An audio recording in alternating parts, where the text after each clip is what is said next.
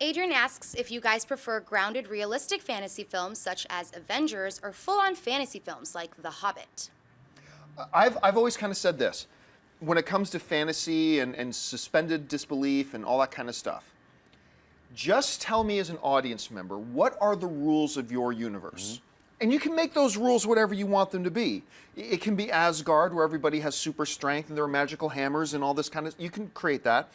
You can say it's a Christopher Nolan Batman universe where no, everything is the gritty realism of our real world. You can make it Wizard of Oz and have it in a fairy tale type land. All I ask as an audience member is, once you have established what the rules of your universe is, stick within the bounds of that universe. Because when then suddenly you go outside of those things, then it feels messy to me, and it feels like I can't engage myself with it because I don't know where things are going here. So just set what the rules are. Look, Star Wars, fancy far, far away, right? They've laid groundwork for what the Jedi are and what they are not, what the Force can do and what it cannot do, you know? And they always kind of play within those boundaries. As long as you do that, it becomes really cool and awesome. Ninja movies are also really good. The ninja movies I loved as a kid, watching all those Shokasagi classics, right, is when the ninjas are fighting and they're fighting rooftops, blah, blah, blah. The ninja movies that I did not like is suddenly when a ninja had the power of levitation and could float up to another building. It's like, okay, come on, that's not within the realm of a ninja movie. Come on, give me a break. So just set the rules and then stick to them. What about you guys? Yeah, I feel the same way. I mean, I think although going off the ninja, the Crouching Tiger, Hidden Dragon worked for me. It's where they set up the rules. But that of what was they can do, their type of storytelling. Now going into the Star Wars thing, and I know some people are like, stop hating on the prequels. One of the things that Star Wars did so well and not well was in the original trilogy, they set up what the rules were, what the world was, and in the beginning you saw the damaged ships and things that had been there. And then in the new one, they changed stuff up, whether it be everything was glossy 30 years ago, and then Yoda somehow now was doing lightsaber battles and flipping around. Midichlorians! Midichlorians and all that stuff. So you're changing the rules, and that's just a Star Wars example. Anytime you change rules inside of your movie universe, it's damaging because you set me up here and now you're doing that. But I love fantasy films. Fantasy films are my, like The Hobbit and Lord of the Rings. I love those movies. But it's just a matter of, like you said, just stick to your rules.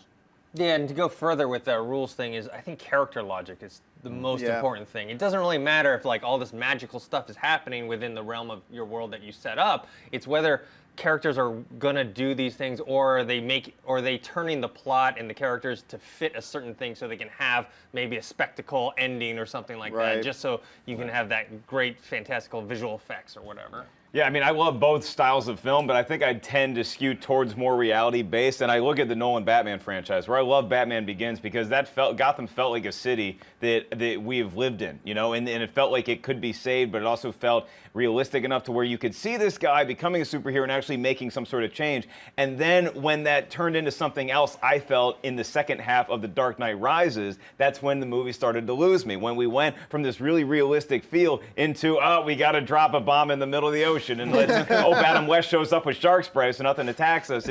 That's when I started to fall off that train a little bit. So I think I'd skew more towards reality. I think the bat shark repellent was one of the greatest creations in the history of television. That's very true. All right, what else we got in the Twitter stream? Jake asks, could Sony scrap the interview or proceed as planned? Keep up the great work, guys and gals. Oh, you proceed as planned. I mean, you absolutely proceed as planned. Look, the reality is there's a lot of whispers and rumors of what happened to the Sony hacks and why did it happen, but nobody really knows anything at this point.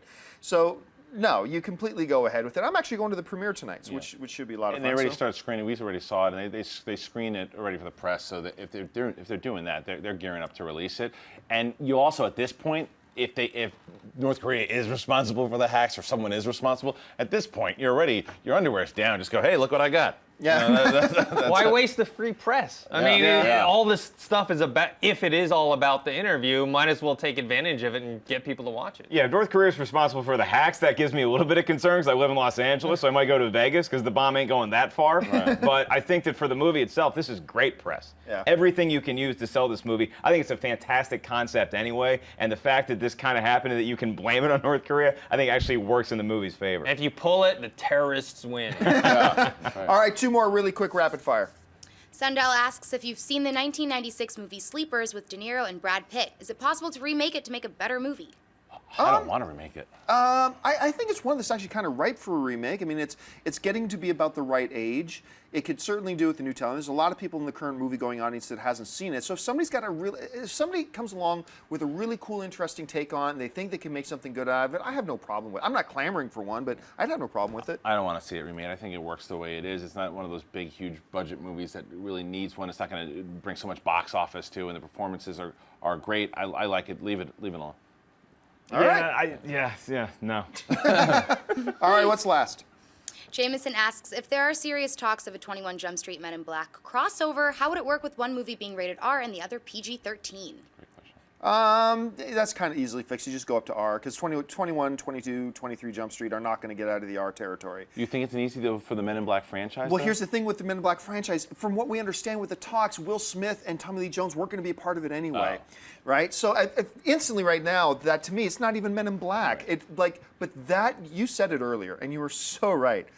It so reeks of desperation. Now, as far as we know, there was one meeting that Amy Pascal and Jonah Hill had where they talked about potentially crossing over, and apparently Jonah Hill liked the idea.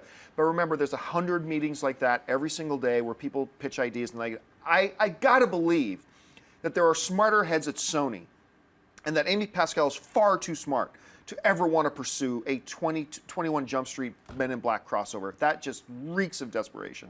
Do you guys think any differently? I would rather be visited by the real Men in Black than have to sit through that movie, because I just don't think that would work. Now, if you want to put a Men in Black joke in 23 Jump Street, that could be hilarious. But having those universes cross over, I can see where there would be some sort of comedic, like a sketch on Saturday Night Live, but an entire movie, especially with how good the Jump Street franchise is. Yeah. That's exactly it. It sounds more like a Saturday Night Live skit. Sounds like one that of the could credits. work. It sounds like part of the credits of 22 Yeah. Jump Street. Yeah. A cameo is fine, but yeah, crossover, that's just way too much.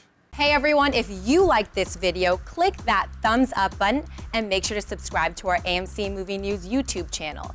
It's free and helps you stay up to date with all the latest movie news, as well as our daily AMC movie talk show. Also, make sure that you follow us on Facebook and Twitter to stay up to date with all of our special promotions, contests, and prize giveaways.